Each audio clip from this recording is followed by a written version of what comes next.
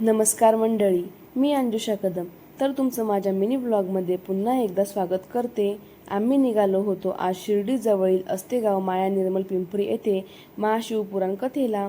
तेथे पोहोचल्यानंतर भरपूर गर्दी होती आणि तेथे असे भव्य दिव्य पंडाल पण उभारलेले आहे. बाबाजींनी मला महाकालेचा गंध लावून दिला.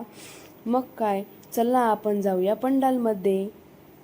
भारतातील सर्वात मोठी शिव महापुराण कथा, 75 एकर जागा आणि 5 लाखांपेक्षा जास्त भाविक, त्यातले त्यात भाविकांचं मनोबल वाढवणारे आकर्षित देखावे म्हणजेच 12 ज्योतिर्लिंग. आणि आज होता महाशिवपुराण कथेचा 3रा दिवस आणि जनसेवा फाउंडेशन आयोजित तसेच प्रसिद्ध प्रवचनकार पंडित प्रदीपजी मिश्रा महाराज हे भाविकांना आध्यात्मिक मार्गदर्शन करत आहेत.